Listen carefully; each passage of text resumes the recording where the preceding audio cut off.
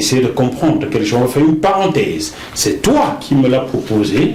Lorsqu'on prépare cette émission, on va parler de ma propre affaire avec Philippe Simon. Il faut qu'on soit clair avec les gens.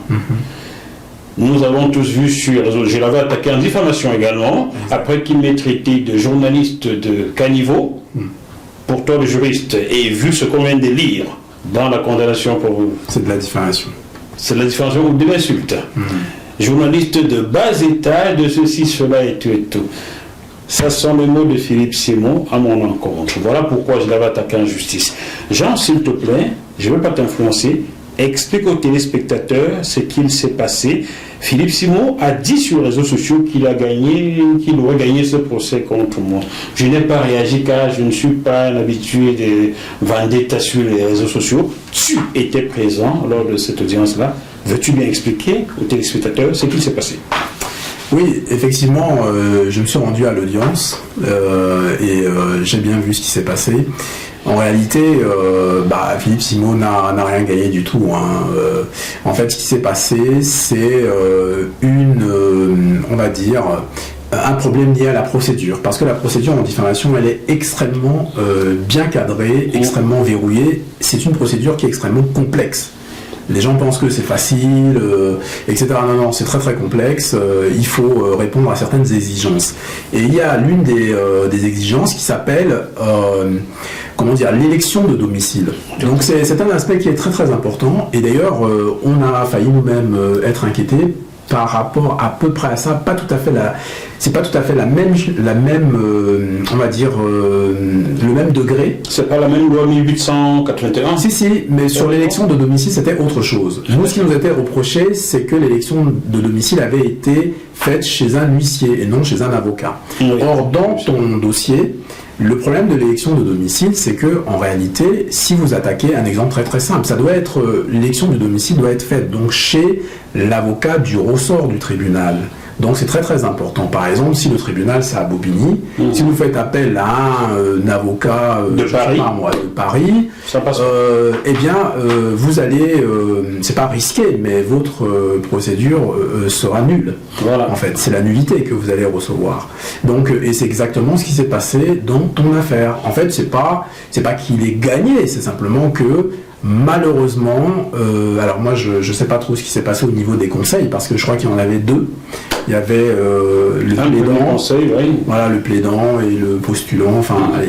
Bref, en tout cas, ils ont, on va dire, été approximatifs, je dirais, par rapport à cette procédure. Tu peux le dire clairement, car mon avocat est ton ancien camarade de fac. Oui. Il était de Bruxelles, il était domicilié à Paris, il travaillait dans un cabinet. Il n'a pas vérifié est-ce qu'il avait le droit ou non de plaider au tribunal de Bobigny. Et il y a une loi qui date de juillet 1881 qui stipule que seul un avocat du département 93 peut plaider pour ce genre de cas. Voilà pourquoi mon dossier a été jugé irrecevable. Est-ce que c'est bien cela? C'est ça. Tu étais là? J'étais là. Bon, quand quelqu'un a dit sur les réseaux sociaux qu'il a gagné un procès contre moi, j'ai plié juste le petit doigt. J'attends. Si ça se répétait, je sais quelle erreur il ne faudra pas commettre.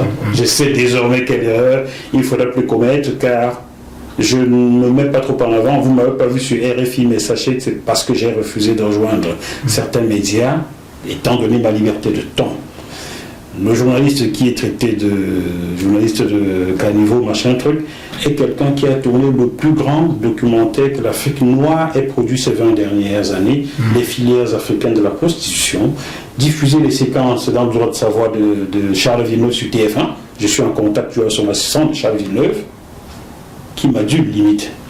Diffusé sur Canal, diffusé sur Planète, traduit en polonais pour Planète Pologne, sélectionné au Festival de New York, au Festival de documentaire, parmi les 100 documentaires mondiaux, celui que j'ai tourné était parmi. C'est ce monsieur contre des journalistes de caniveau. Sur TF1, à titre de comparaison, beaucoup de mes confrères sur TF1, sur les grands médias français, ont 20 ans de métier et n'ont pas encore tourné leur premier documentaire. J'en ai tourné au Bamo 5. Charles Touré, un Africain face aux nazis, j'ai gagné 2 prix avec. 2 prix les meilleurs documentaires. J'ai tourné Mali sur scène en tant qu'auteur avec Olivier Enogo, je le cite, diffusé sur France Télévisions, s'il vous plaît. Excusez du peu. J'ai tourné la corruption politique. Quand le Cameroun était pays numéro 1 de la corruption, j'ai tourné au Cameroun sur ce sujet-là. Moi, Jacques Moifo. J'ai tourné l'unique documentaire jamais tourné sur Samuel Eto'o au sommet de son art à l'Inter de Milan. C'est moi, Jacques Moifo, qui ai tourné le documentaire. Moi, Samuel Eto'o. Oui, celui qui est derrière la caméra, on ne le voit pas, mais c'est moi, vous ne le saviez peut-être pas, c'est moi. J'ai ouvert la chaîne Vox Africa. Oui, je suis le premier journaliste. C'est moi qui ai ouvert la chaîne Vox Africa. C'est moi. Les premiers reportages, c'est au sommet des chefs d'État africains et européens de Lisbonne, des 8, 9 et 10 décembre 2007. C'est moi. J'y étais avec Marcel Amoko, avec Louis Magua Kemayou. Ils peuvent témoigner. Avec mon frère Sylvain Abessolo du Gabon. On était ensemble.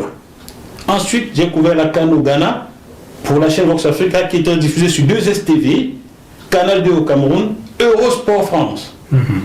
J'ai couvert 4 CAN déjà. La dernière, c'était en Afrique du Sud, pour Orange France, Nesma TV en Tunisie et bien d'autres. Donc c'est ce journaliste qui a ce parcours, ce riche parcours, que M. Philippe Simon a traité de journaliste de bas état, de caniveau, de machin truc. Mais je ne me tromperai plus. Mais si vous n'entendez plus à moi, vous n'entendez pas parler de moi. Car le but n'était pas la vendetta, mais c'était de me faire respecter comme je vous respecte. Je suis ici avec du respect. Voilà, on referme la page Jacques Moifo et merci pour ton témoignage car depuis, il n'avait jamais parlé de cela.